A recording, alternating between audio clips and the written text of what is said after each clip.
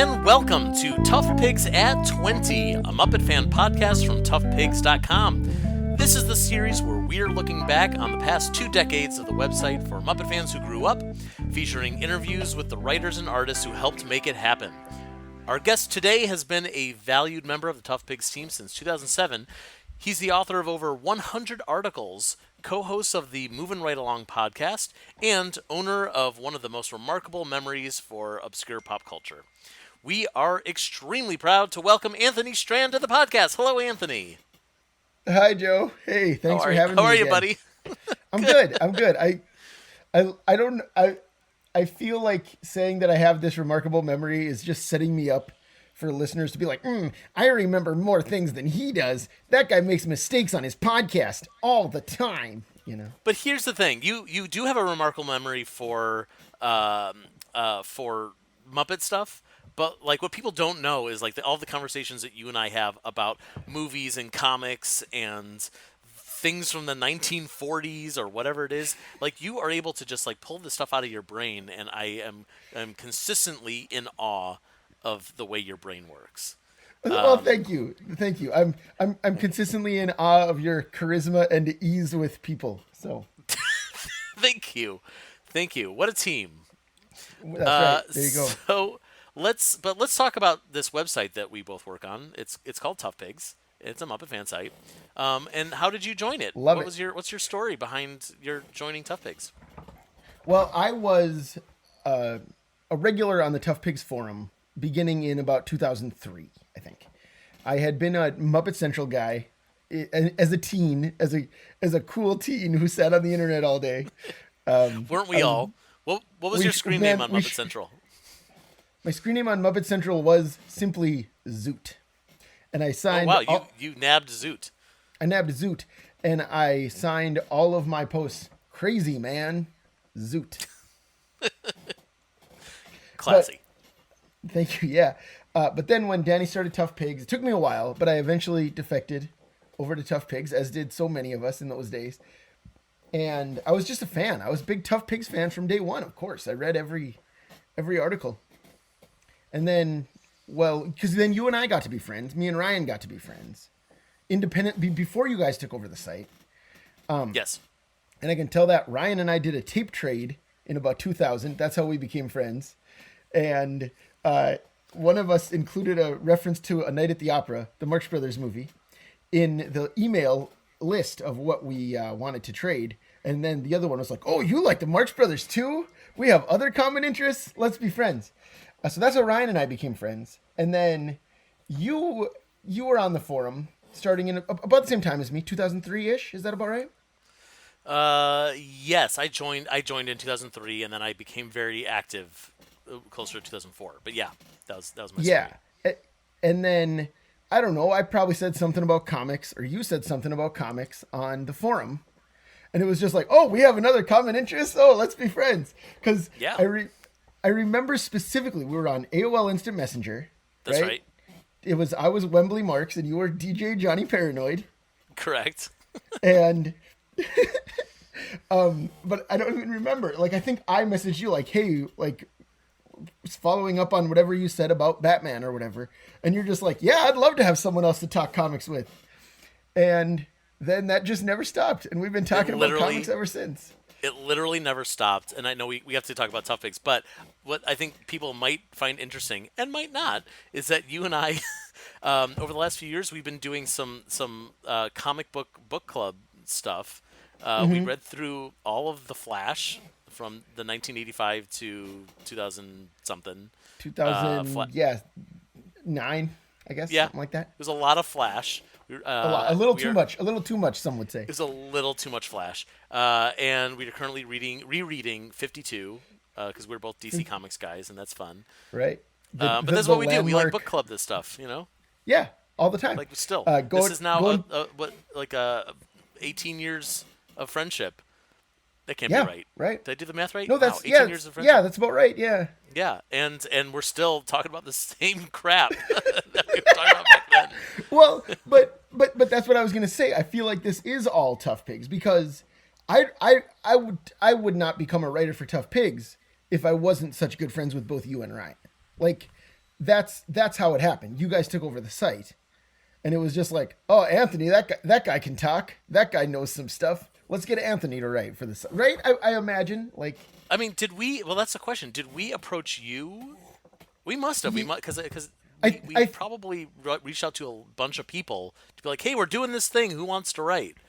Right. My memory of it was that, yeah, it was like this email from I don't remember who, one of you, that said like, hey, we're taking over Tough Pigs and we want to get like a team of writers together. Do you have any interest? Yeah, in being part of that team. Right. You know, because I certainly wasn't going to be like, I have opinions about the Muppets that are equal to others. Let me let me be wise. Because I don't think I'm better than anyone else, Joe. Anthony, you're 100% wrong. It's amazing how wrong you are. Because my brother-in-law Bernie yeah. Because not only do you actually you have good opinions, you're a great writer, you're a funny writer. I love it when you come to me and you say, hey, I have an idea for this ridiculous thing. Can I write it? And I'm always like, yes. You don't need to ask. Just do it, man. I can't wait to read that thing. It's going to be so good. So speaking of that, I want to go back in time to March 15th, 2007, when we published your very first article. Do you recall what it was? Okay, so I think my first article is the Tough Pigs November 9th, 1970 thing. You are correct. Which is my cranky review of the Sesame Street Season 2 premiere, written as though I'm a fan who loved Season 1 and don't want Sesame Street to change. See, like, that's what I'm talking about. That's a brilliant idea. Who else would think of that? What a great idea. And, you're talking about... Happened... Yeah, go ahead. Well, just the old school DVD set had come out recently at that time. And Season 2 premiere... has the main thing was in the first episode, Ernie doesn't have a shirt on, which I know isn't the whole first season. I think it's just that one sketch, but Season 2, I'm just like, oh, I watched it and I'm like, oh, I'm so mad they gave Ernie a shirt. Sesame Street's changing too much. So that was where the whole idea came from, was that the idea that I would watch the Season 2 premiere and just be like, everything's bad. But I do have one regret about that article. What's that? Which is that the Season 2 premiere has Bill Cosby in it. And I just talk about Bill Cosby like he's a cool guy in that article. Oh, yeah. We didn't know yet. Yeah, we didn't know. So if you go back and read it, listeners, sorry, it really was 2007. Yeah. So I don't know. It was very 2007. Yeah. Well, I think it's a great article. It's a great concept. It's the kind of thing where I think we even discussed like doing more in that vein later on, but it was just like you nailed it in the first one. We don't want to just repeat the joke. That was the thing. I remember trying to come up with something for like Muppet Show Season 2 and like, doing something about how I just love Hilda and Droop and George the Janitor and stuff, but like there was no way to make it a different joke. Right, yeah. You're right. So. You'd already written that article. You could do a find and replace. Yeah, and that's it. Exactly. Right. So you have I wrote down some of my favorite articles that are kind of in that same vein, that they're just like weird. They're weird articles, and the concepts are so good, and I'm so glad that we get to put them on ToughPigs. So I'm gonna tell you about some of them. The first one I wrote down was actually not a ToughPigs article, but it was it has been moved to the ToughPigs website since we took over the Muppet Mindset. And that is your Weekly Muppet Monday article for the Gingerbread. Weekly Muppet Wednesdays. Weekly Muppet Wednesdays. Excuse me, Wednesdays. Yes. Yeah. What was that? What was it? Weekly Muppet Wednesdays for the Gingerbread Man? Yes. What was this article that you wrote for Muppet Mindset? Okay, so Muppet Mindset used to do this feature called Weekly Muppet Wednesdays, where every Wednesday it was just like, today's featured character is Fozzie Bear. And then it had all these categories. Who is Fozzie Bear? Why do the Muppets need Fozzie Bear was part of it. Which is fine when it's Fozzie Bear, right? But then eventually it got to be like Angus McGonagall, the Argyle Gargoyle who gargles Gershwin, right? So it's like, why do the Muppets need Angus McGonagall? And you could feel Ryan Dozier in those days, or whoever it was, eventually just kind of straining to say why the Muppets needed some joke character that's in one episode that the Muppets obviously don't need. And that's what inspired that article. Was I was just like, what if I did a dumb one-off character and like took it seriously as though they were the most important Muppet of all time? So I chose the Gingerbread Men because the Gingerbread Men from the Don Knotts episode, they sing the song Sweet Gingerbread Man. Frank Oz does this very strange vocal. Feel like I'm made out of gingerbread, right? I know people make fun of it. I love it. I love it too, Oz's obviously. I love it. Yeah. I love it unironically. I think it's such a fun number. But it's also weird, right? The backup dancers weird. The backup dancers are just full body gingerbread men with no moving mouths, whatever. Yeah. So I decided that they were a very successful group who had an early peak in the 60s, and then some low times, had a comeback in the 70s, mid to late 70s, which is when they went on the Muppet Show. I think sparked by the Muppet Show, if I remember right. That was kind of what launched their big comeback, was this triumphant appearance on the Muppet Show. Naturally. And then they broke up, and then I assigned all of them different things. One of them became an actor and was in I think I said he was in Robert Altman's Fortune's Cookie and Terry Gilliam's The Brothers Grimm or something like that. One of them became a talk show host. One of them did a duets album, which was singing with, I think I said, Martha Stewart, Graham Kerr, and the Swedish Chef, among other culinary giants, or something like that. So it's dumb. But I'll say this: that's my favorite thing I've ever written about the Muppets. And like worthwhile. Like, I mean, that's a good thing to put in your cap. But my favorite thing about that article, aside from how hysterical it is that we never really talked to Ryan Dozier about this, but I think he just kind of posted it thinking like, oh yeah, you did all this research about the Gingerbread Men, and like there's no sign that's not true. I don't know. You don't think so? Go back and read it. He says like, this week's brilliant and hilarious article is from Anthony or something like that. Like in the intro, he like compliments my Okay. But I like to think that I should apologize to Ryan maybe. I think you know what I'm going to say. The other thing I ever wrote for Muppet Mindset was on the occasion of Sesame Street's 45th anniversary. He wanted to get 45 people to say their favorite Sesame moment. And I didn't know the extent, like when the article came out, it has Amelia Delgado in it.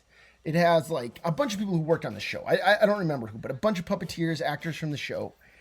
Yeah, writers, Yeah, I thought it was just going to be like you and Ryan and, Michael Wermuth, who wrote for Minds. I thought it was like that type of I thought it was right, and part of it was like that we were the fans were peppered in there. Right, yeah. Right. There were plenty of fans, but so I decided, just because I thought it was funny, to do a fake sketch, to submit a fake sketch as my moment. And Ryan Rowe invented years ago a David Redman character named Craig Monster, whose catchphrase was, "Why, yes, I do have some gum." And I was obsessed with this. So I decided that it would be Craig Monster and Dougie Doug accidentally making a gum bubble that blows the roof off of the Around the Corner set or something. I don't remember. It's some dumb thing like that. One of those things where it's so specific and yet it's like, well, how are you going to check? How would you know? Right. So that's what I put. And it was in there with alongside all these real moments from luminaries. And you're right. I'm definitely confusing those two stories, and that is exactly what I was thinking of. And that's the one that I think Ryan just put it in there, and it made me look like an idiot, I feel, but oh well. Well, whatever. But nobody knew except for us. You know what I mean? Right. Nobody. I'm sure people were like, Craig Monster, I don't remember that guy, but hey, I didn't watch the Around the Corner days, so who knows? Oh yeah, no, it's perfectly plausible. Yeah, but I love how the life of Craig Monster and how like Ryan Rowe had drawn a picture of him so that we knew what he looked like, and he looked like just a basic. This is a Sesame Street monster, but he's got a hat. He had a straw boater hat on, right? Yeah, exactly. Like he's running for mayor in the turn of the century, and I still have like Ryan drew a picture of him, and it's still on my fridge somewhere. And you approached David Rudman about I this. did. I did. So David Redman was in Columbia, Missouri in 2010. He signed our copy of the 40th anniversary book, signed my Muppet Christmas Carol Laserdisc, which was a thrill. I asked him if he would sign it by Peter Cratchit, and he said, "Which one's Peter Cratchit? Did I play him?" And I said, "You did." You did, trust me. Yeah, but because Peter Cratchit has 2 lines or something, right? It smells so good, Mother.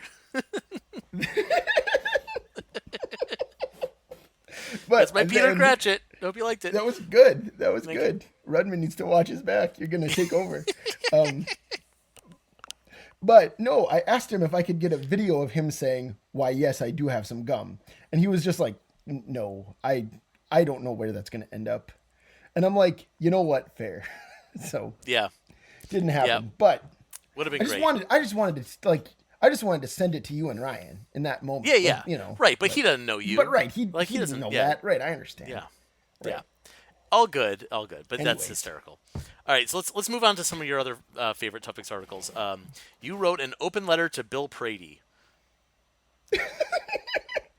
Yes, I did. So an open letter.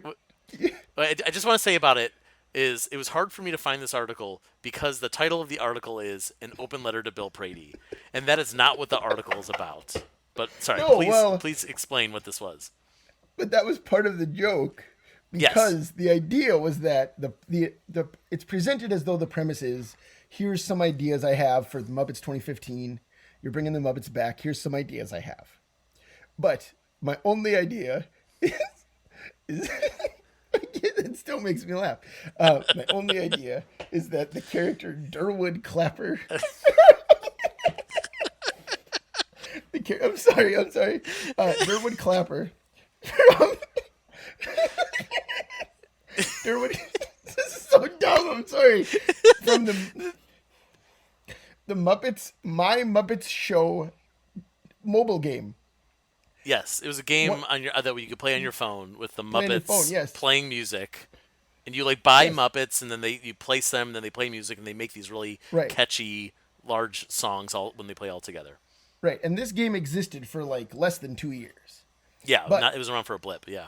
Right, but it had a bunch of original characters along with you don't get the good ones. You don't get Uncle Deadly right away, right? You get Durwood Clapper. And Durwood Clapper, all he does is like clap in rhythm every few seconds. And he stomps sometimes. And he stomps, right.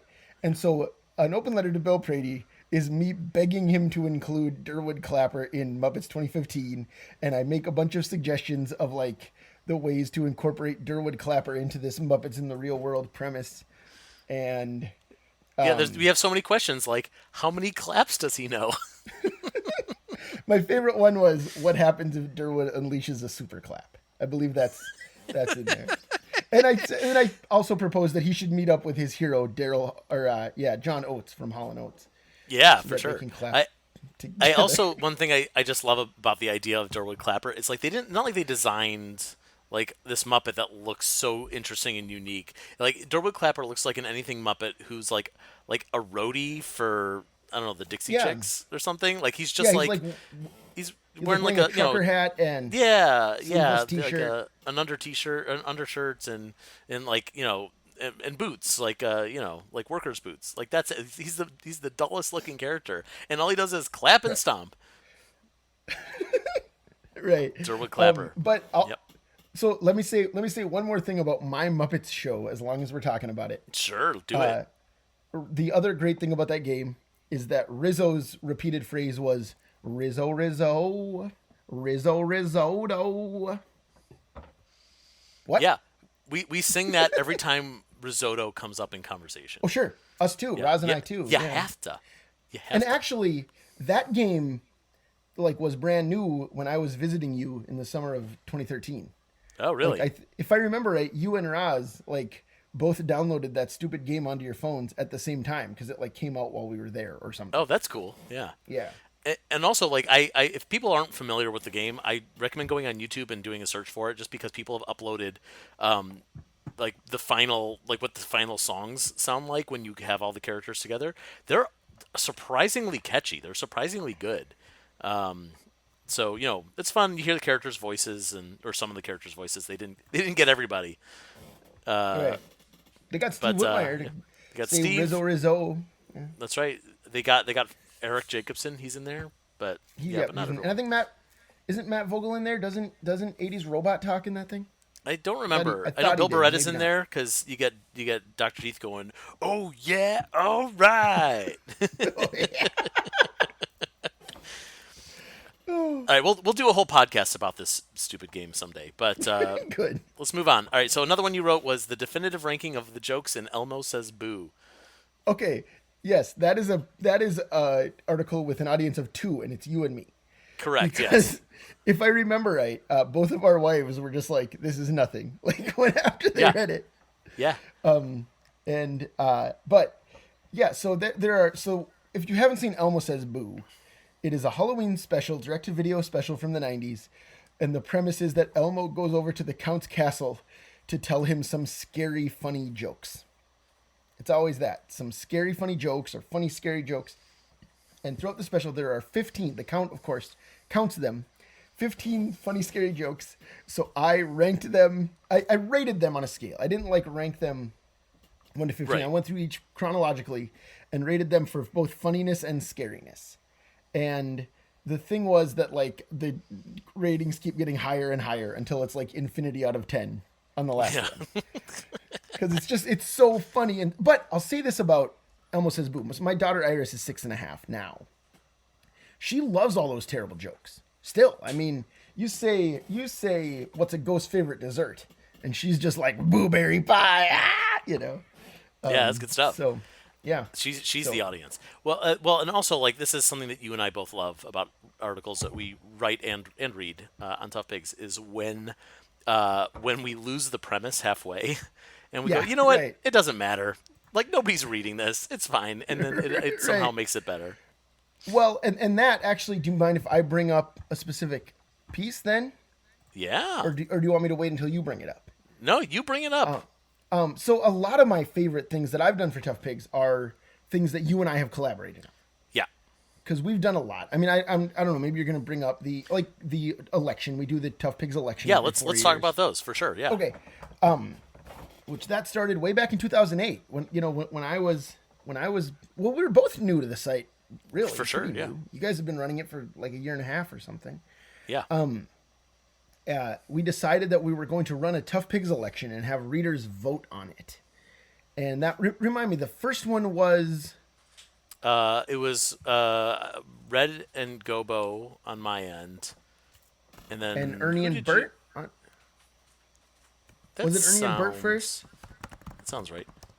I We think should it was. we should find out And definitively. let's see. I'm pulling up Tough Pigs election archives. Let's see. 2008 was Gobo and Red versus Ernie and Bert. Gotcha. So when we did 4 articles, each one arguing for our candidate and against the other person's candidate, and then we've done it every 4 years since. Last year's was a little different. We kind of took more a low key approach because Yeah, it didn't feel like a fun election. So right, neither of us were in a mood to write 2 articles each about oh, what if Harvey Knee Slapper was president, or whatever. yeah, So, but it's been really fun. I'm glad we do it. But so that is one. But I think our crowning achievement as collaborators was the Tough Pigs Great Muppet Casting Call oof. series of articles. What a thing we did. That was so dumb. Now talk about an audience of 2. This was something that correct. we specifically 100%. wrote knowing full well that no one was going to care. And we put a lot more time into it than we should have. By which I mean and- any time at all. And of course, you put more time into it because you made all the images. You always make Yeah, all I the did the images for all photoshopping. this stuff. Yeah. Right. Right. Well, and even we talked about the Gingerbread Men. You made all my album covers and stuff. Oh, for that's the right, Gingerbread yeah. Men article.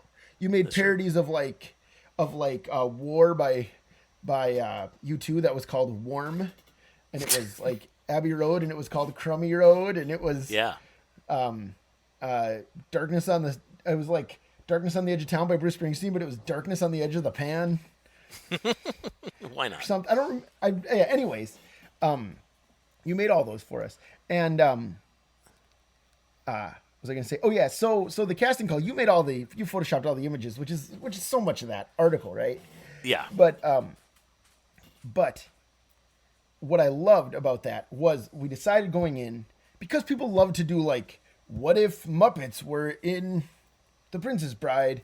What if Muppets were in Batman Returns or whatever, right? Right. Yeah. So we were kind of like poking fun at like people love to do this casting thing that we have little interest in. So we are Right. going to like let it de-evolve over the course of a dozen articles. Right. And And it's a bit of an FU to fans, which is not a fun thing, but at the same time, it's like it makes us laugh. So right, maybe right. that's enough. Well. And the thing was, it started out pretty straight, right? The Muppet movie is just like Seth Rogen as Fozzie Bear or whatever, Yes. right? Yeah. And then by the end, literally the last one is Muppets Most Wanted casting volumes of Now That's What I Call Music as the characters in Muppets Most Wanted.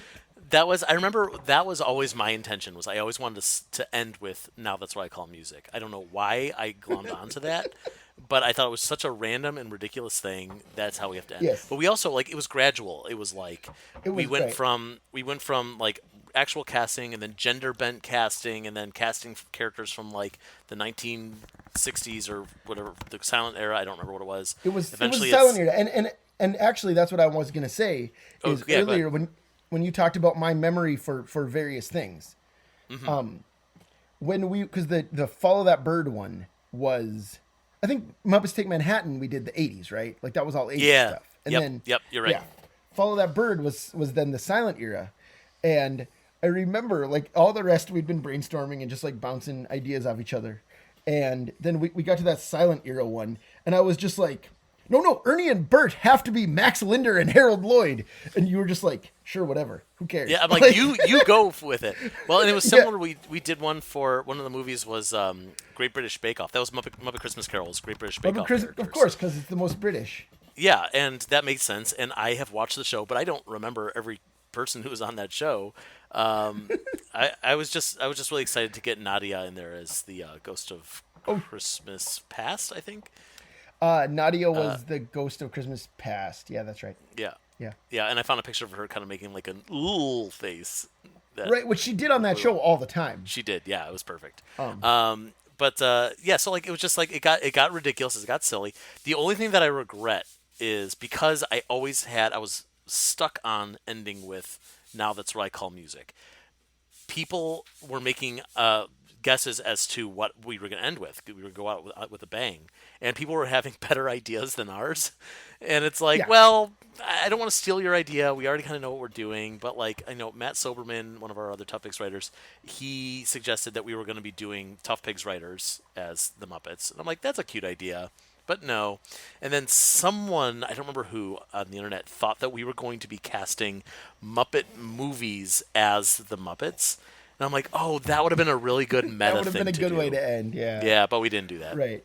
Well, and like talk about an audience of two. I'm looking at this now. I had forgotten that Muppets from Space, we did the four Golden Girls over and over as every character. Yes. Oh, I was excited about that one. and then ended with Dorothy's ex-husband Stanley as like somebody as Andy McDowell or something, right? I don't even remember. Perfect.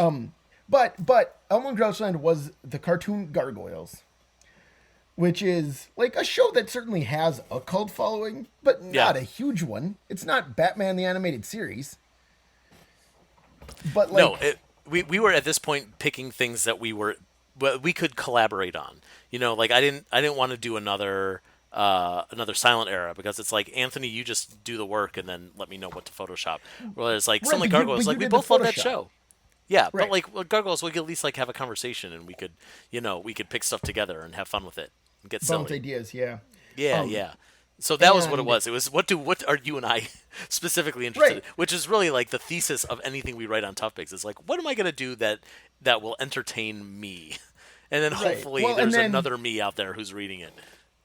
Right. Well, and then the Muppets, the movie The Muppets, the 2011 film The Muppets, we did DC Comics characters, which doesn't seem that I cannot pronounce the word obscure today. which doesn't seem that obscure until you actually look at the article and it's like Brother Power the Geek as Gonzo and Comet the Super Horse as Rolf. So Yeah. like that one too, we were just like, what's the most ridiculous? What's the most obscure, dumbest? You did Conjura from the the DC DC Dictionary, Super Dictionary. Yeah. That character you cast as Miss Piggy. Of course. Everyone knows that. That's obvious. But yeah, so Right. that was also that one I remember specifically like it was gonna be clickbaity. It was gonna be like DC Comics and Muppets. Like let's see like people are gonna be like, oh yeah, Kermit's Superman and Fozzie's Batman. He's not at all. Right. And then you had to click on it and be like, who is Brother Power the Geek? Right. Like why like and who- Chunk, we got Chunk in there as our buddy Bobo the Chunk. Bear. We love Yeah. Chunk. We read The Flash. We read read all all the Flash. 250 issues of The Flash. Yeah. that book should have been called The Chunk. That would have been way better. Featuring the I Flash. would have preferred. All right. Anyway, else? so I'm not the only person that you've collaborated with. You've done a lot of collaborations with our buddy Ryan Rowe as well. Correct. You did a series of reviews of Jim Henson Hour with him. It was pretty good. Yes. Which was a delight. Like, I think Ryan and I are maybe the two biggest fans of the Jim Henson Hour in the world ever. Like, Yes. that's not a show people spend time thinking about. No. Except for Ryan and I. And even like, we've talked to, we have a podcast together now, which we did not at that time. Right. And so like we've talked about like, is there any way, do we have any excuse to cover the Jim Henson Hour on our, and I don't think we will because it's so movie focused, but I don't know. we love I it. mean, we'll see. We just love it. Anything's possible. Yeah. Yeah, that was good. And then I will also want to mention your series of very special Henson specials that you did where you collaborated with everyone. With everyone. Yeah. Which was fun. That was just conversation style pieces about a bunch of different specials. From like Tales of the Tinker-D, Frog Prince, all that stuff, those fairy tale ones. And the reason I wanted to do that was because back in the Golden Age, Danny and usually Kynan did a lot of conversation style pieces about Christmas specials, mostly. And there are so many Muppet specials that are not about Christmas. And we had not really covered any of them. So it felt like we should. And I don't know, it was fun. Sit around talking great. about Muppet Musicians of Bremen with Matt Wilkie. Come on. That's great. Yeah, that's fun stuff. Well, I know you've been thinking about doing another season of that, and I'm hoping that you find the time because I'm looking forward to reading and participating in that.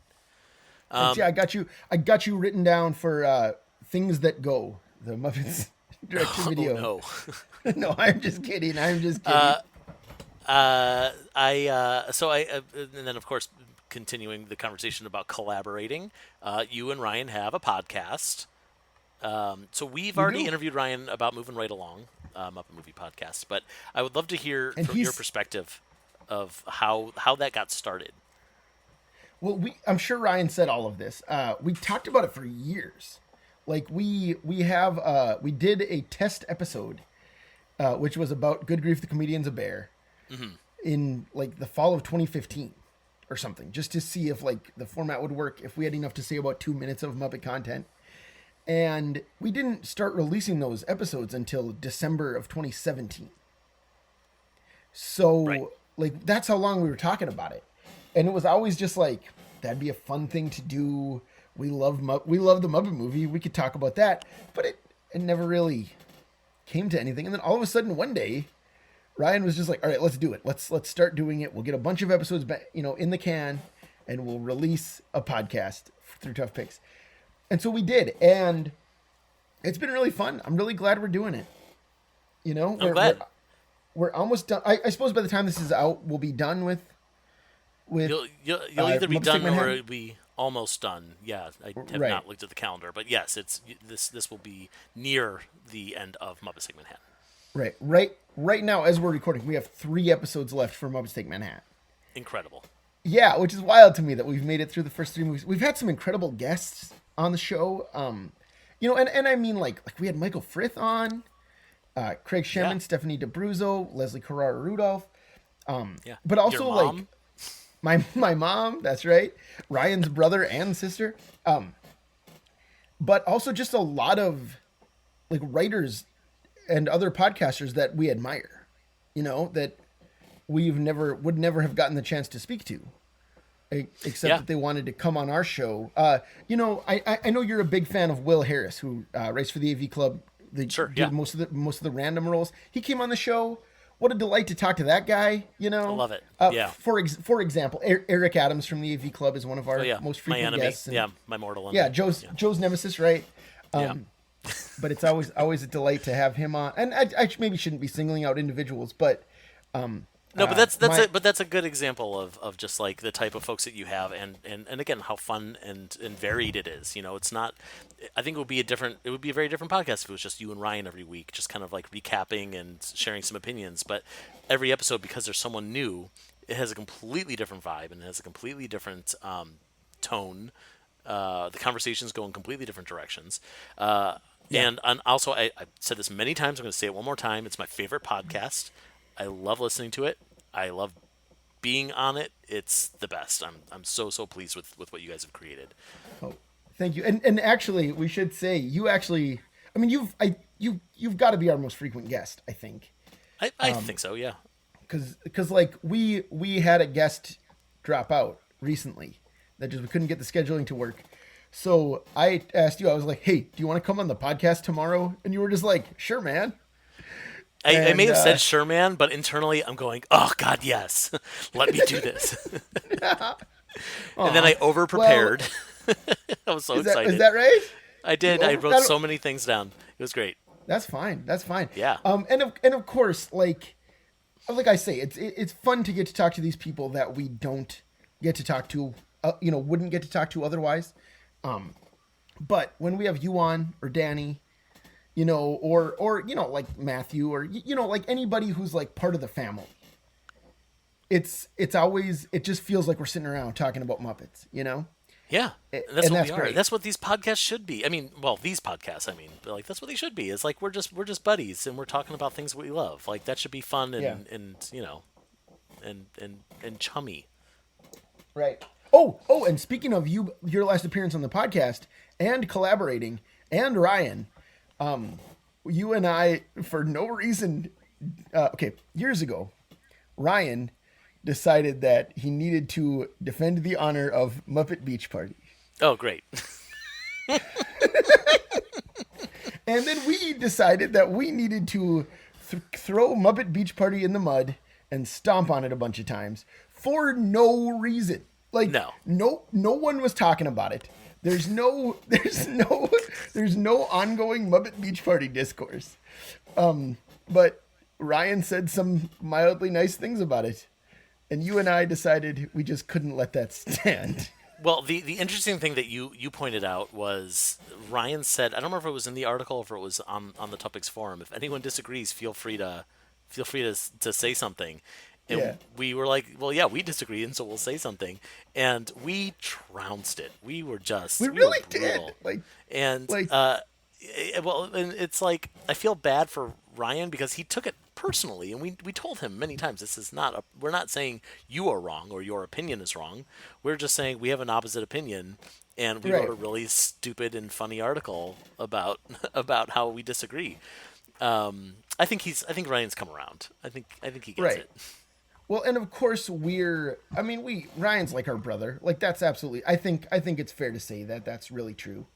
Yeah. And, we love Ryan more than we hate Muppet Beach Party, but it's true. But we don't love him enough to not trounce Muppet Beach Party. Like sometimes you just gotta say what's true about the album Muppet Beach Party. It's true. Oh, and man. I wonder, like, if the whole thing was flipped, if you and I said, like, hey, we're going to write an article about how much we hate Muppet Beach Party, would Ryan go, but I love that thing, so I'm going to write a counterpoint to explain why I like it? I hope so. That could go both ways. He probably wouldn't have been as mean as we were. No, right. Speaking of mean, can I bring up one of my favorite mean things I've ever written? Yes. For ToughPigs? Please. So we do a lot of reviews. And you guys do a lot of reviews. Like I've never done nearly as many as you and Ryan. And I think you end up writing, well, both of you guys have written so much more than me. But I've written enough that sometimes it feels like, well, I got to think of something to say about Muppet Sherlock Holmes #3. Right, especially yeah. back when those comics were coming out. We Yeah, we reviewed were every reviewing issue, everything.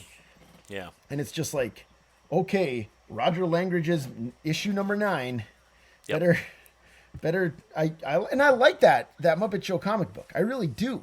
Oh, for But sure. But it was really hard to come up with stuff to right say, every there month. comes a point where it's just like, yep, fake songs. Yep, Vets Hospital is in this one. Yep. But one thing that I was assigned to write, or I volunteered to write, was the comic book The Power of the Dark Crystal, the first 2 issues. This was in, I don't know, 2015-ish. I don't know. That sounds about right. Yeah. Several years before the TV show came back.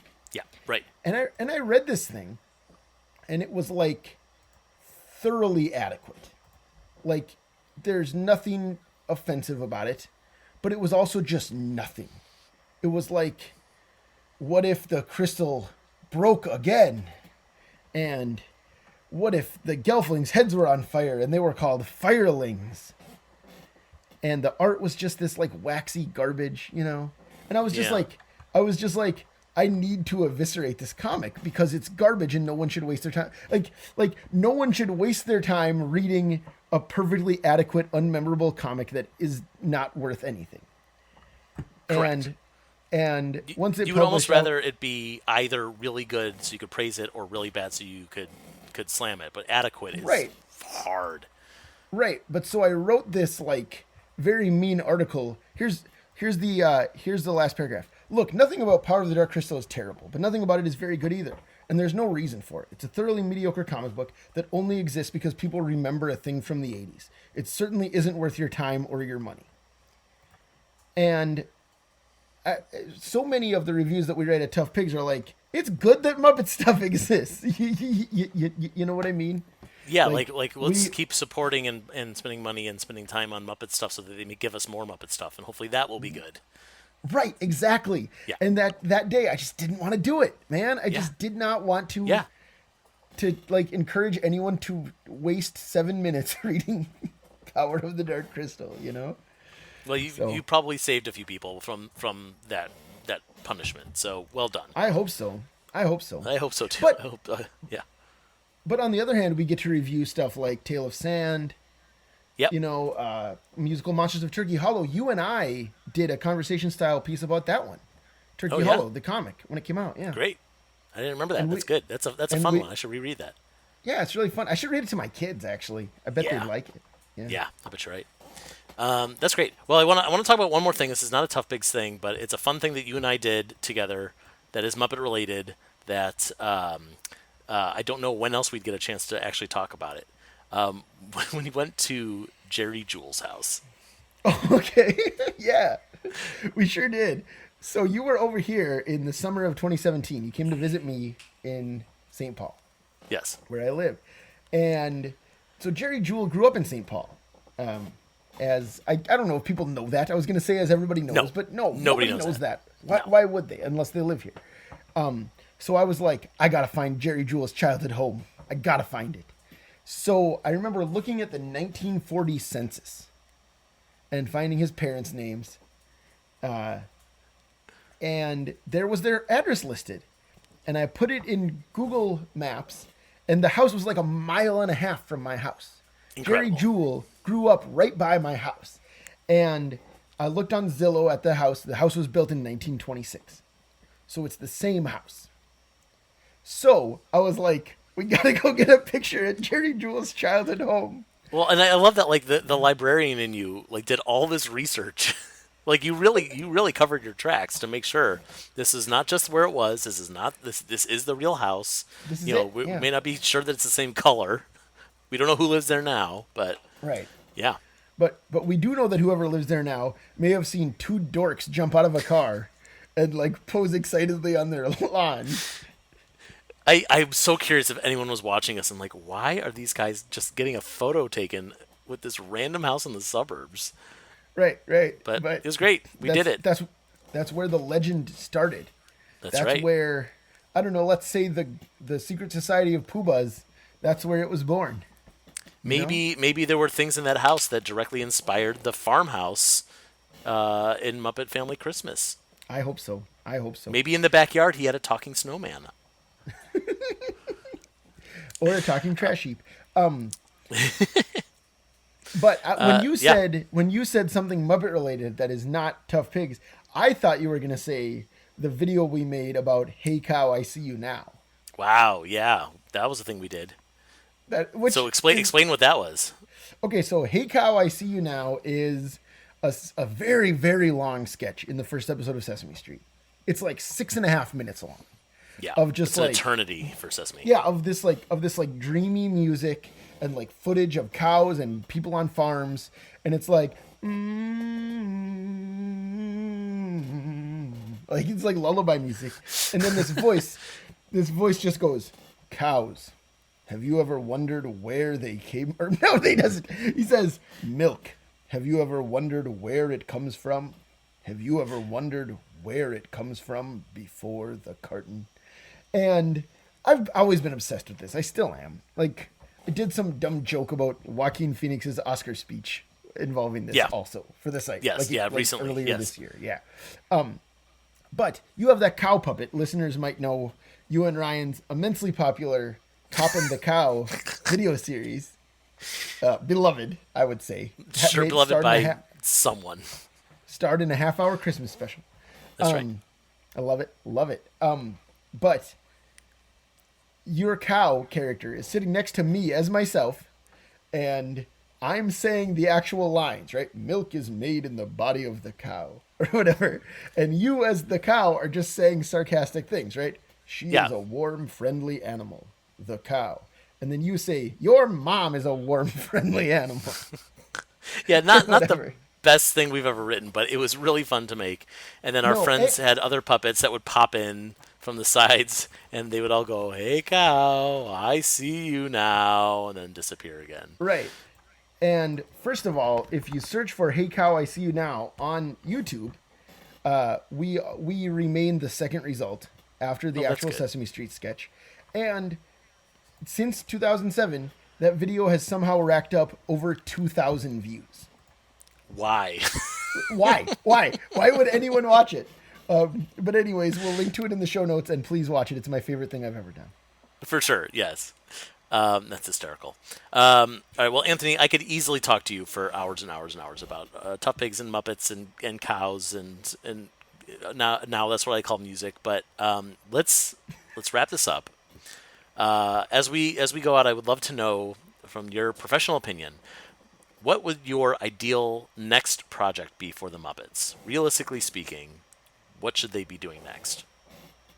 What should the Muppets be doing next? Wow. Yeah, like the Muppet Show family. Yeah. This is going to make me seem like such a curmudgeon, right? Do it. Well, but partially my answer is like, I don't know, retire in 1992.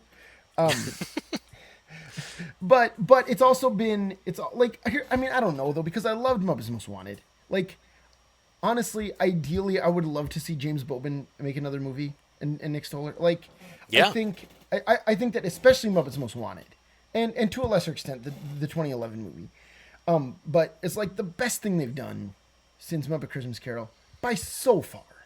Yeah, I agree with that. Yeah, I mean, I've said this before, but when I was on the red carpet for Muppets Most Wanted and we met James Bobin, and I asked him, like, so are you going to do a third one? And he was like, I would love to do, like, this was our homage to Great Muppet Caper. Next, I would love to do an homage to the Muppets Take Manhattan and do something in New York. And I'm like, yes, please. Yeah. Like, that sounds amazing.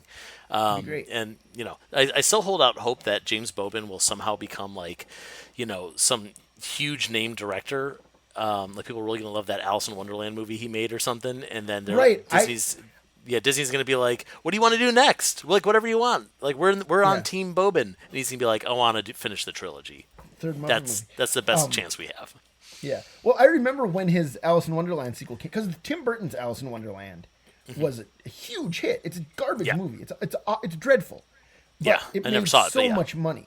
Oh, I think it's Tim Burton's worst movie, which is really saying something. Wow. Yeah. Yeah. But so when the sequel was coming out, it was like, well, that's a surefire hit, right? Like, that's gonna make boatloads of money, and then it didn't, which made me feel good for the judgment of the public, but bad for James Bobin, right? Right. And then I saw that I talked to Nick Stoller about this on an earlier episode of a podcast on this channel about the Dora the Explorer movie, which I don't know if you saw. It's really I haven't good. seen it. It's That's like what you it's told really me. fun. Yeah, like it's a surprisingly fun movie. And I was literally watching it going, this is what the next Muppet movie should feel like, not knowing it was written by Nick Stoller and directed by James Bobin. Right. And I don't know how successful that movie was, but that seems like the kind of thing where it's like, yeah, keep doing that. Like make your niche, and then Right. hopefully Right. hopefully Muppets will follow. Right. Well, and I mean, I would love the Muppets to have a good TV show. The problem with this is that, I mean, you and I have talked this to death. I think that both of the last two were so bad. Like Right. Muppets Yeah. Now, to me, Muppets Now is the equivalent of Power of the Dark Crystal. Like it's nothing. Yeah. It's a show that essentially doesn't exist. Right. Right. There's no reason to ever revisit, rewatch, re-review. Right. Like we're fine. We've moved on. But I also respect the idea of like the Muppets could potentially make a new TV show that's very good. But if it's like, hey, we've greenlit a new TV show, there's no reason for us to think that it's going to be anything different than the 2015 sitcom or Muppets Now in a sense of quality. They have to kind of reprove themselves to us. Right. Well, and that's what I remember. The other thing about, and I don't mean that like James Bobin is the second coming of Jerry Jewell or something. I don't mean to say that. But it definitely seemed like he understood those characters Yeah. in a way that most of the creative teams of the past 20 years or so have not. Yeah. You're 100% right. Yeah.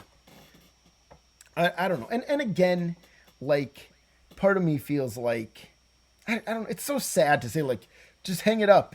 Muppets are done. Go home. But I don't know, man. Nothing lasts forever. That's true, but maybe they do. You don't know that for sure. No, All right, well, true. Anthony, this has been a pleasure. It's always a pleasure to talk with you, to podcast with you, to geek out with you. It's great. Would you like to tell people where they can find you somewhere on the internet? Sure. So you can always find me on Moving Right Along, Muppet movie podcast from this very website, toughpigs.com. You can hear me yakking away for More of this. if you want way too much of this until you resent my existence, please check out Moving Right Along.